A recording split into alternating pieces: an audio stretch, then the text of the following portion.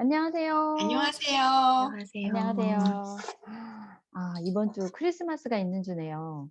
저희 거는 아마 크리스마스 지나고 월요일쯤 올라갈 텐데 저희는 이제 미리 녹화하니까 오늘은 신이 쉼표를 넣은 곳에 마침표를 찍지 마라. 마지막. 이것도 나누다 보니까 벌써 7주가 됐네요. 여기 안에 있는 내용들 하나하나 인도 우화를 읽어 드리기도 하고 그다음에 거기 안에 있는 교훈들을 나누면서 또 하다 보니 7주면 거의 2달인데 이렇게 긴 시간 동안 이 책이랑 또 함께 했네요. 안에 그림도 예쁘고 주는 그런 울림이나 이런 것들도 많아서 읽으면서 되게 즐거웠던 그런 시간이었어요. 자, 그럼 우리 오늘 마지막으로 여기 안에서 나눈 이야기를 나눠 보겠습니다. 그러면 처음으로 나눠 주실 분은 베이킹 걸님이십니다. 나눠 주세요. 네, 반갑습니다. 저는 상상 속의 문제라는 제목으로 나와 있는 일화를 소개하려고 하는데요.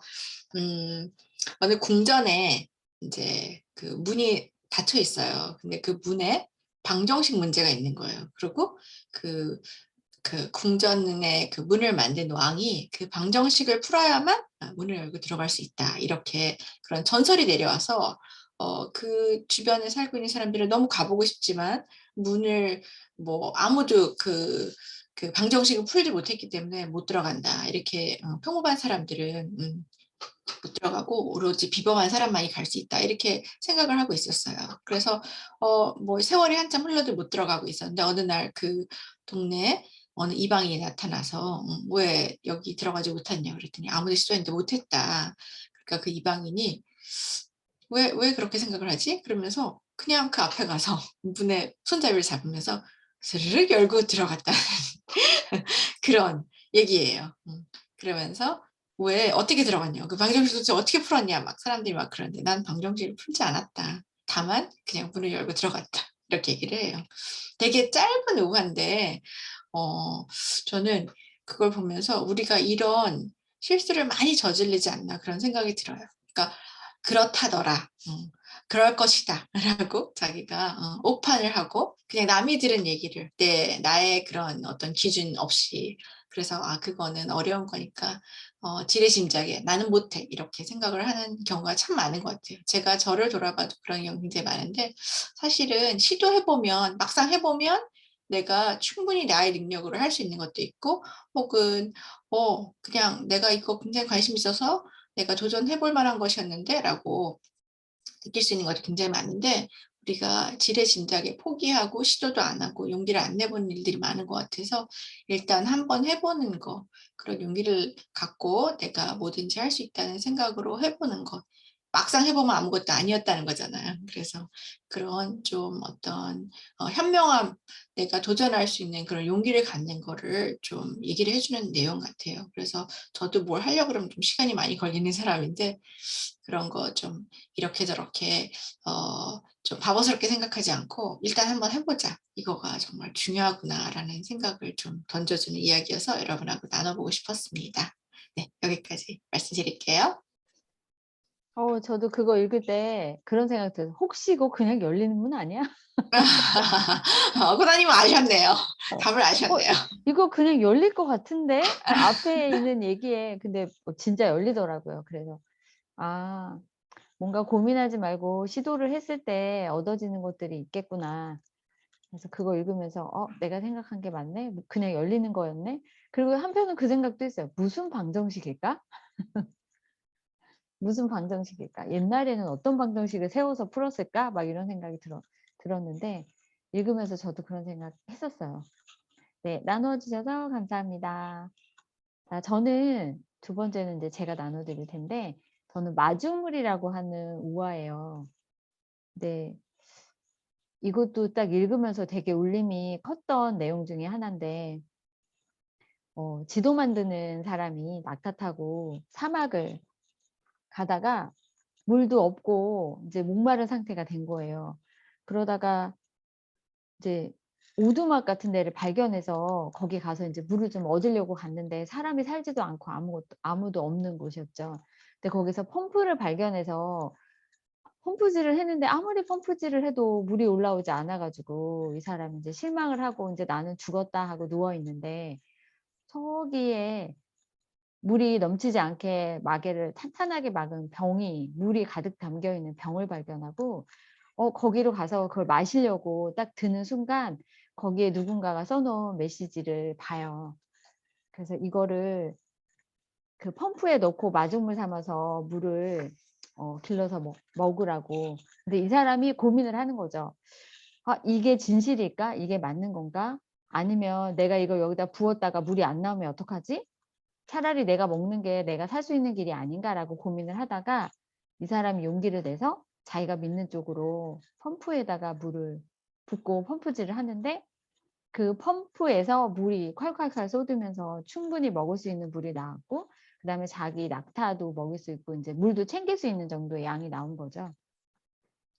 그래서 이 사람이 거기 안에 음 그 사람이 다시 또 그 병에다가 물을 채우고 마개를 닫은 다음에 뭐라고 썼냐면 "이 말을 믿으시오."라고 해서 글을 썼대요. 그래서 뭐라고 써 있냐면 마지막에 "우리가 어떤 일을 하든 세상에는 우리 안의 힘과 창조성을 길어 올려주는 마중물과 같은 이들이 존재한다. 그들과 함께 할 때 우리는 자신 안에 퍼올린 물로 자기 자신과 세상의 목마름을 채울 수 있다. 그리고 세상의 사막에서 길을 잃은 또 다른 누군가에게도 마중물이 되어줄 수 있다. 이 말을 믿으라." 그러면서 이 책에 작가가 써놓은 말 마지막에도 "이 말을 믿으라."라고 딱 써 있는 말을 순간 우리가 진짜 이렇게 진실된 말을 얼마나 믿고 살았을까. 또 이런 생각도 했고 그 믿음을 가지고 가는 사람도 있고 그 믿음을 의심해서 다른 길로 가는 사람이 있는데 만약에 이 사람이 펌프에 물을 붓지 않고 그 병에 있는 물을 마셨다면 그 물만 마시고 또 어느 순간 가다가 또 목마름이 와서 죽었을 수도 있잖아요. 근데 이 사람은 자기가 믿는 그 쪽을 선택해서 거기 안에 펌프를 통해서 인제 물을 콸콸콸 얻는 그런 상황을 맞이했다라는 얘긴데 이거 읽으면서 옛날에 저 펌프질 했었거든요. 시골에 살 때 물에다가 안 나올 때 항상 "물을 좀 부어 봐. 그러면 잘 나올 거야." 그래서 그렇게 그게 마중물인지도 모르고 어른들이 하는 대로 따라서 이 펌프질을 할 때는 "물을 부어야 돼." 그러면서 그 물을 붓고 펌프질을 했던 기억이 나거든요. 근데 그게 나중에 알고 보니까 마중물이더라고요. 그래서 그 마중물이라는 말을 되게 단어를 좋아했었는데 여기 보면서 '아 나한테 마중물이 됐던 존재나 아니면 어떠한 책이나 그런 것들이 무엇이 있었는가.'라는 생각도 하게 됐고 또는 '나는 누군가의 마중물이 되어 줄 수 있나? 그 정도로 내가 살고 있나?' 그런 생각도 좀 하게 되는 그런 계기가 됐었어요. 그래서 '나도 누군가의 마중물이 되었으면 좋겠다.'라는 그런 생각이 들었는데 우리 마모아 TV도 여기 안에서 저희가 책 한 권을 가지고 여러 주 나누잖아요. 근데 저희가 나눠 드린 이 이야기가 힘들거나 아니면은 어렵거나 이런 상황에 처하신 분들에게 마중물이 되어서 용기 낼 수 있고 희망을 가질 수 있는 그런 어 '방송이 됐으면 좋겠다.'라는 그런 생각을 좀 해 봤습니다. 너무 큰 바람일까요? 네. 그래서 저는 여기까지 나누겠습니다. 자 네. 다음은 새사랑님 나눠 주세요. 네. 제가 맡은 챕터는요. 442 페이지에 마음을 다해 들을 때 일어나는 일 부분입니다. 어떤 여자분이 있으셨어요. 되게 교양 있고 똑똑하고 그리고 현명한 아내가 있었고 남편은 쪼끔 교양은 쪼끔 떨어지는 남자가 있었는데 두 부부가 결혼했어요. 그래서 와이프는 남편이 좀 지식적으로도 좀 교양이 있고 또 이렇게 좀 뭐랄까 이렇게 좀 더 높은 차원에 올라가는 남편으로 성장하길 바랬어요. 그래서 이 여자분이 그 마을에 라마야나의 이야기를 들려주고 노래와 해설을 곁들여 흥미를 겪는 그때 당시에 뮤지컬 같은 그런 거를 남편을 계속 보냈어요. 근데 남편이 사실 그런 거에 관심이 없어서 맨날 잠만 잤거든요. 근데 나중에 그 사실을 알게 된 거예요, 와이프가. 너무 실망을 하게 됐어요. 그래서 "우리 같이 가 보자." 그래서 그때 당시에 뮤지컬을 보러 가게 됩니다.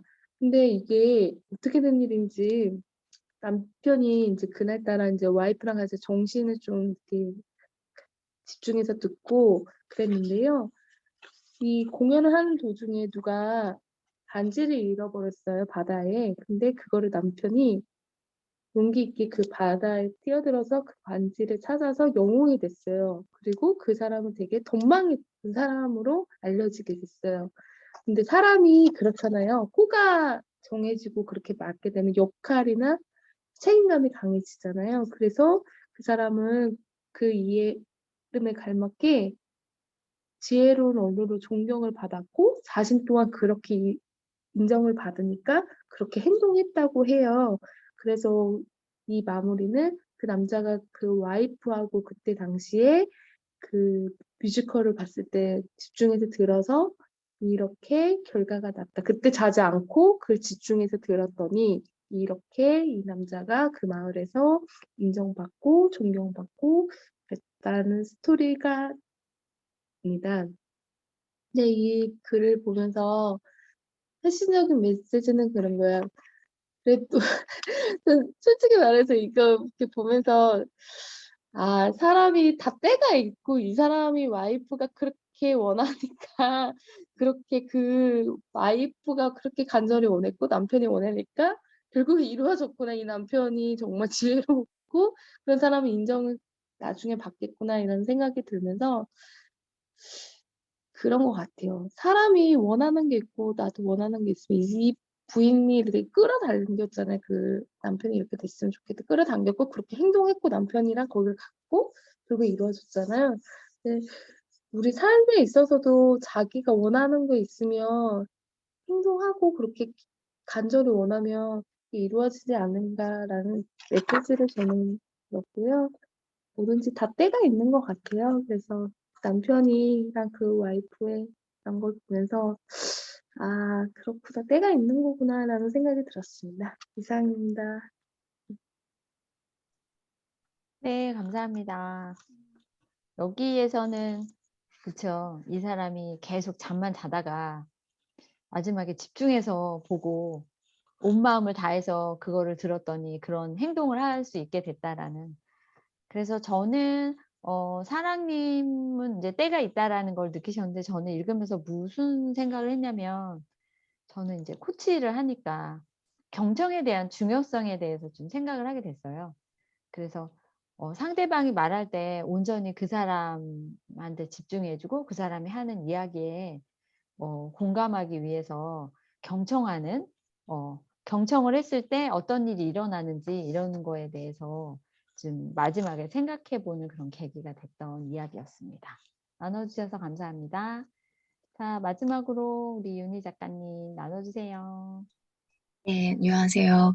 저는 제가 네, 이거를 무의식적으로 마시다 보니까 이게 색깔이 약간 빨개서 와인 이거 과일차인데 네, 혹시나 오해가 있을까 싶어서 말씀드립니다. 네. 어 저는 어떻게 신의 쉼표를 넣은 곳에 마침표를 찍지 말라 인제 마지막 이야기이기도 하고요. 제가 지금 이제 경청을 하면서 이 화면을 보다 보니까 아 이 꽃나무에 나온 장면이 더 겉표지에 있는 그림이겠구나 싶더라고요. 네, 그래서 꽃나무 를 저렇게 상징적으로 그리신 게 아닐까, 뭔가 아닐까 이제 이런 생각도 했습니다. 그 꽃나무는 저희가 아까 이제 이거 찍기 전에도 이제 나눴지만 이야기가 길기도 하고 이게 과연 어떻게 될까 두근두근하는 마음으로 보게 되는데요. 이건 한번 읽으시는 분들께서 한번 직접 경험해 보시면 좋을 것 같고요. 간단히만 내용을 말씀드리면 한 가난한 집에 두 딸이 있었는데 두 딸이 뭔가 "우리 엄마를 도와드리자."라는 마음으로 이 딸 중에 한 명이 꽃으로 변할 수 있는 명상을 하면서 자기가 꽃나무로 변할 테니까 나에게 있는 꽃을 필요한 만큼만 따라고 얘기를 하고요. 대신에 그 언니한테 이렇게 얘기를 해요. "변신할 때마다 그 필요한 꽃잎을 따고 부드럽게 대해줄 것, 그리고 가지나 또 다른 외에는 상처 주지 말 것, 가지를 부러뜨리거나 꽃 외에는 상처 주지 말 것을 부탁을 하고서 이제 이렇게 변신을 하게 되거든요.